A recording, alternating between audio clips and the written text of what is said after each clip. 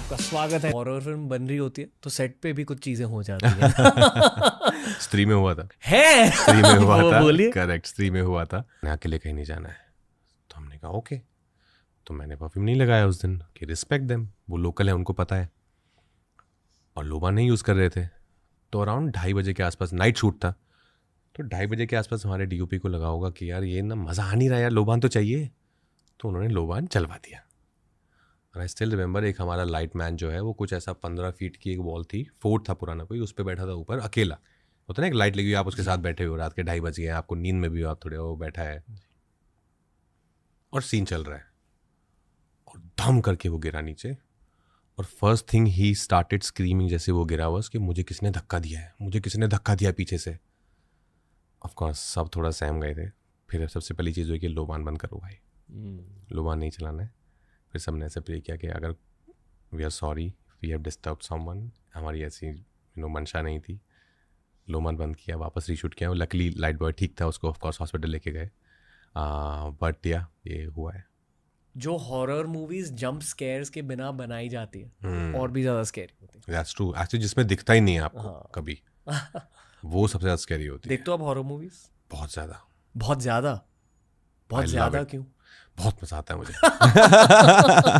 जब भी कोई नई अच्छी हॉरर फिल्म आती है, लगता है कि उसकी बात होती है कि ये अच्छी है देखो, वो मैं देखता हूँ। मैं और पत्रा दोनों देखते हैं। फटती नहीं? अब नहीं पड़ती, अब नहीं। मैं नहीं देख पाता। अब नहीं पड़ती, मतलब अब नहीं पड़ती। ऐसा चैलेंज भी नहीं करता मैं कि अरे घुस जाऊंगा मैं तो एक किसी भी फोर्ट में अकेले, कुछ नहीं होता ये सब, ऐसा भी नहीं है। पर हाँ, ऐसा नहीं है कि अभी मैं रात को कहीं जाना है अकेले तो मुझे लगे कि नहीं सुनो ना, चलो ना। बचपन में तो ये होता था। बचपन में तो मैं हमारा जो गुड़गांव में पुराना घर था, जब पुराना गुड़गांव भी था, तो आंगन था बहुत बड़ा बीच में। जॉइंट फैमिली थी हमारे, ताऊ जी, चाचा जी, मैं, दादा दादी। और टॉयलेट एकदम कॉर्नर पे था, दूर कहीं। और एक टॉयलेट था, हम 16 लोग रहते थे उस घर में। तो मुझे रात को अगर जाना है वॉशरूम तो मैं अपनी मम्मी को उठाता था, बिकॉज ये सब उस दौरान जब जी हॉरर शो ये सब देखना शुरू किया था, तो वो बेचारी मेरे साथ जाती थी 2:30 बजे और वो बाहर बैठती थी और मैं कहता था मुझसे बातें करते रहो आप, I should know that you are there.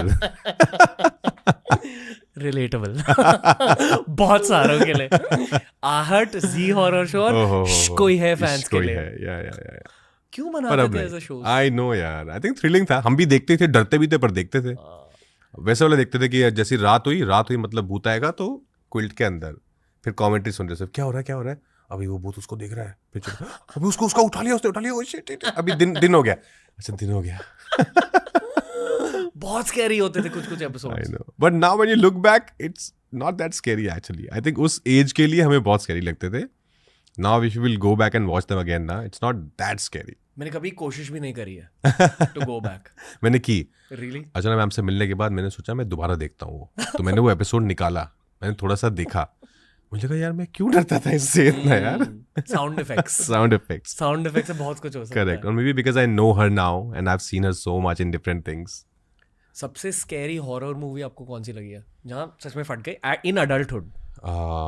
Paranormal 1, paranormal paranormal activity 1, conjuring 1, these two I think yeah the most scary ones. खुद का पॉडकास्ट स्टार्ट करना है? पहले ये सीखो कि पॉडकास्ट स्टार्ट कैसे करते हैं। एक पॉडकास्ट के थ्रू आपको अपने सोशल मीडिया के लिए 20 short form videos, reels, shorts मिल सकते हैं। पर आपको आज क्या सीखना है कि पॉडकास्टिंग की शुरुआत कैसे करें। आपका भाई आपके लिए लेके आए एक course. Definitely check out BioBiceps skill houses podcasting 101 course. Honestly 90% ना वो स्कैरी होती नहीं है, बहुत कम होती है जो अच्छी स्कैरी फिल्म होती है। पर देख लेते हो आप फॉर थ्रिल, बट जो सच में डरा दें आपको, जैसे कॉन्जरिंग 1 देख के मैं डर गया था। एक बहुत कमाल का किस्सा है, मैं एक्चुअली FTI नया गया था पूना, फर्स्ट ईयर में था और गुड़गांव से पला बड़ा था, थिएटर ही करता था कॉलेज में भी, तो English was a subject for us. English मैंने जितनी भी सीखी एक्चुअली बॉम्बे आके बात करते करते सीखे, बिकॉज इंटरव्यूज़ बहुत सारे यहाँ इंग्लिश में होते हैं। तो मैं FTI में गया नया, तो मुझे लगा क्लासेस हो जाती थी ख़त्म 6 बजे तक, तो आई थॉट कि चल कुछ फिल्म देखने जाता हूँ आज अकेला, और होम सिक भी हो रहा था।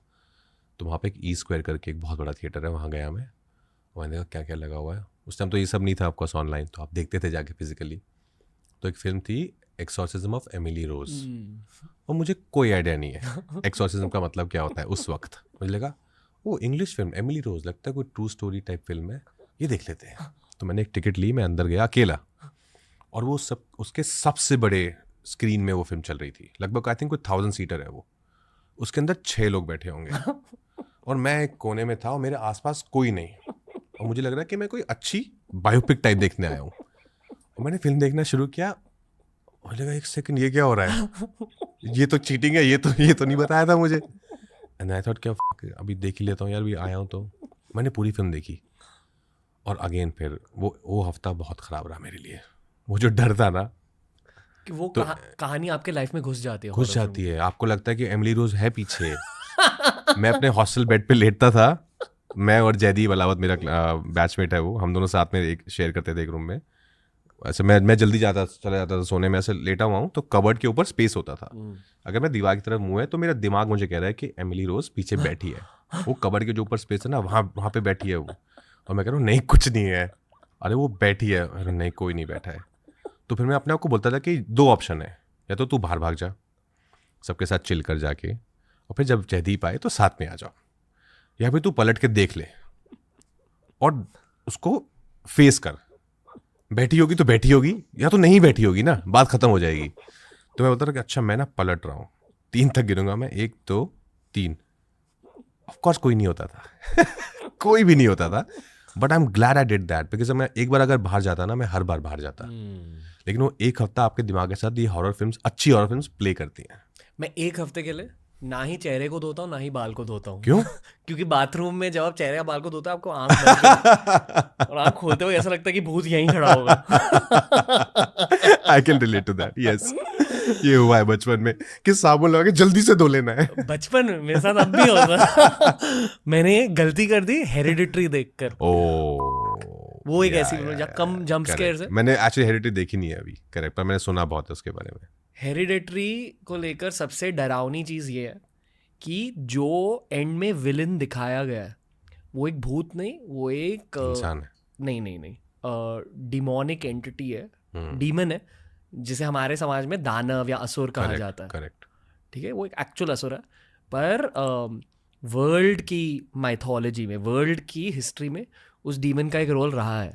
जैसे मतलब क्रिश्चियनिटी में चर्चेस होते हैं, जीसस क्राइस्ट की प्रार्थना होती है, उसी तरह क्रिश्चियनिटी में कहा जाता है, बाइबल में मेरे ख्याल से कहा जाता है कि सेटन भी होता है, यानी कि डेविल। करेक्ट। और डेविल के टीममेट्स भी होते हैं या असिस्टेंट्स कह लो।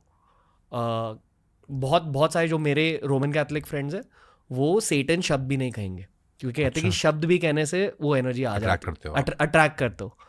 तो एक डीमन है, मैं नाम ले रहा हूँ, सॉरी, जय बजरंगबली पेमॉन, और वो एज अ विलन दिखाए गए हैं हेरिडिटरी में। उनकी पूजा कैसे की जाती है वो सब दिखाया गया। और मेरे एक रोमन कैथोलिक फ्रेंड है, उन्होंने कहा कि जो चीज़ें दिखाई गई है वो उस फिल्म में, डेफिनेटली या तो डायरेक्टर या तो राइटर या तो प्रोड्यूसर खुद शायद उस एंटिटी की प्रार्थना करते होंगे, क्योंकि बहुत एक्यूरेटली दिखाया गया। तो जब आप वो फिल्म देखते हो, उसके स्कैरी सीन सच में आपके दिल के अंदर घुस जाते हैं पिन की तरह। याद है हेरिडिटरी? मैंने वही मिस हो गई है मेरी, ये वाली मिस हो गई है, पर मैंने सुना बहुत है, मुझे मिल नहीं रही एक्चुअली अभी online. I don't know where it is, अभी है नहीं online, but it yeah that's scary man. मतलब सोचो कि इट्स लाइक जैसे OMG 2 जो अक्षय कुमार की थी, देखिए। हाँ ऑफ कोर्स। जब उनके शिवजी वाले सीन्स थे ना, यहाँ तो उनकी एक्टिंग इतनी अच्छी थी, यहाँ तो उस राइटर की श्रद्धा इतनी अच्छी थी कि सच में ऐसा लग रहा था कि शिवजी ने खुद उन सीन्स को डिजाइन किया है। Correct correct. पीछे नंदी जी चल रहे हैं, वो एक मून वाली सीन है ना जहाँ, करेक्ट, पीछे वो। हाँ, जब वो आए थे शो पर तो उनसे मैंने कहा कि आई फेल्ट कि OMG 2 में एक एनर्जी एक्ट कर रही थी आपके थ्रू, क्योंकि शिवजी का कैरेक्टर निभा रहे। उसी तरह हेरिडिटरी में मतलब एक्चुअली डिमोनिक प्रेजेंस है उस फिल्म में। जय बजरंगबली। छोड़ो ये सब बातें। नहीं, बट एनर्जी तो होती है ऑफ कोर्स। बचपन में हम सब ने किया है ना वो वीजा बोर्ड, वीजा जहाँ ग्लास। कभी हुआ है कुछ आपके वीजा? ऑफ कोर्स हुआ है, पर पता नहीं हम खुद ही लाते थे कि सच में होता था। जब हॉरर मूवी कर रहे हो तो मैंने स्त्री देखी, बहुत अच्छी लगी थी मुझे स्त्री honestly. But do you feel कि आप एक्चुअली उस रेल्म की चीज़ों के साथ थोड़ा सा काम तो कर रहे हो? एटलीस्ट राइटर्स तो कर रहे हैं। ये स्त्री आई थिंक फिर भी क्योंकि एक हॉरर कॉमेडी है तो उसमें थोड़ा सा, क्योंकि माहौल सेट पे ज़्यादातर फन ही रहता था। और उसमें क्या है, हॉरर 20% है, कॉमेडी 80% है, तो वो बैलेंस बहुत अच्छा लगा मुझे। और वो जो सब सीन्स भी हैं जहाँ पे क्लाइमैक्स में वो मेरे पास आती है और मैं ऐसे आंखों में देखो प्यार हमारी गाँव फटी हुई है, कहाँ से लाएंगे प्यार, तो वो सब फनी है। तो उस टाइम डर नहीं लगता था इतना, पर यहाँ रागनी में इसके दौरान बहुत डर था। आपने अगर नहीं देखी तो आई थिंक वो फिल्म देखो आप। It's a genuinely a very slick horror. मतलब एक तो वॉयरिस्टिक फिल्म है, फाउंड फुटेज फिल्म है, तो बहुत बिलीवेबल बनाई थी चीज़ों को।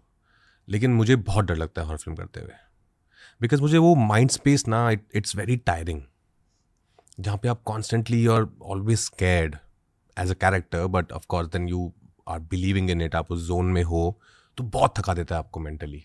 मुझे यही डर लगता रहता था, जैसे मैंने बताया पहले रागनी एमएस के दौरान, कि प्लीज़ भगवान मुझे कोई चीज़ दिखनी नहीं चाहिए, बिकॉज वो विजुअल, यू नो ना व्हाट आई एम सेइंग, वो विजुअल ना फिर वो जिंदगी भर साथ रहेगा। वो विजुअल मुझे चाहिए नहीं अपनी life. I am not saying entity साथ रहेगी, बट वो विजुअल, वो एक विजुअल मेमोरी आपके साथ चिपक जाएगी, तो मुझे वो नहीं चाहिए था। लाइफ में कोई विजुअल मेमोरी चिपकी है? बचपन में मैं एक्चुअली कभी नहीं डरा, पता है, मैं बिल्कुल नहीं डरता था, स्पेशली ये सब ऐसा हॉरर घोस्ट ये सब। मैं अभी अर्चना मैम के साथ शूट करता, अर्चना पूरन सिंह, तो मैंने उनको बताया कि आपने मेरी ज़िंदगी में ना डर ला दिया है, भूतों का डर। जी हॉरर शो आया था बहुत साल पहले, फर्स्ट एपिसोड उसका ऐसा कुछ लॉन्च टाइप होने वाला था, जिसमें ये तो मैं अपने मामा के घर था, मुझे आज भी याद है, और मैं, सर्दियाँ थी आई थिंक, मैं एक खाट पे अकेला कंबल बैठ रज़ाई ओढ़ के, और मैं देख रहा था, और आई थिंक मामा वगैरह भी थे साइड में, और मैंने वो देखा, और उसके बाद मैं छत पे जाता था सोने, सॉरी गर्मियाँ थी, छत पे जाता था सोने, और पता नहीं क्या हुआ, मुझे लगा कि ये ना सच है, ऐसा होता है, ये चीज़ें होती हैं, भूत होते हैं, और फिर मैंने छत पे सोना बंद कर दिया। तो मैंने अर्चना मैम को बोला कि आप इतना हंसाते हो लोगों को, आपने मेरी ज़िंदगी में कितना डराया मुझे पता है। पर आई थिंक मुझे लगता है कि more than that it's like, I don't believe honestly in physical ghost, but I believe in energies.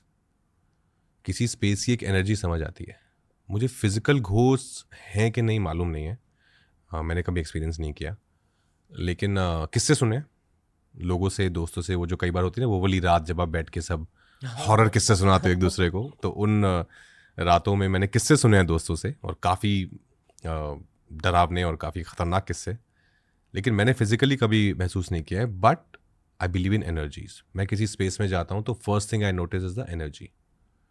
बहुत बार होता है ऐसा कि आप किसी के घर जाते हो या आप किसी ऑफिस स्पेस में जाते हो, जब आप जैसे रेंट पे घर ढूंढ रहे हो बिगनिंग में, तो हम बोलते हैं कि यार कुछ एनर्जी ठीक नहीं है इस घर की यार, and then you enter another space like ये सही है यार, सेम ही घर होगा मेनली मोस्टली, पर उसकी एनर्जी में कुछ बात है, तो आई बिलीव इन दैट।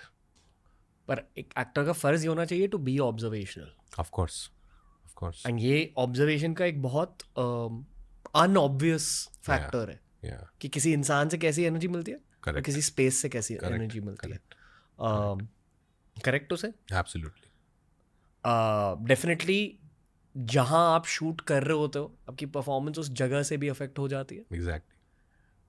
किसी ऐसी जगह में शूट किया जहाँ बुरी परफॉर्मेंस निकली या सही परफॉर्मेंस नहीं निकली?